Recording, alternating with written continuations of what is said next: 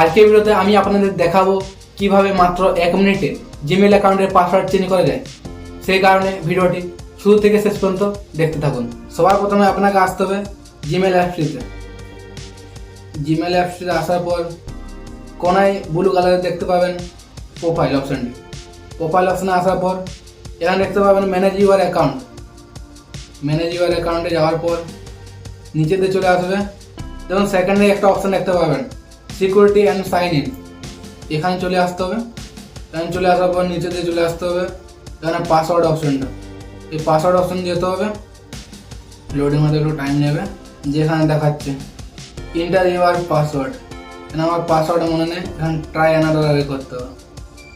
Try another way করার পর আমার যেহেতু পাসওয়ার্ড মনে নেই সে কারণে আমি এখানে ট্রাই অ্যানাদার ওয়ে অপশানটিতে গেলাম।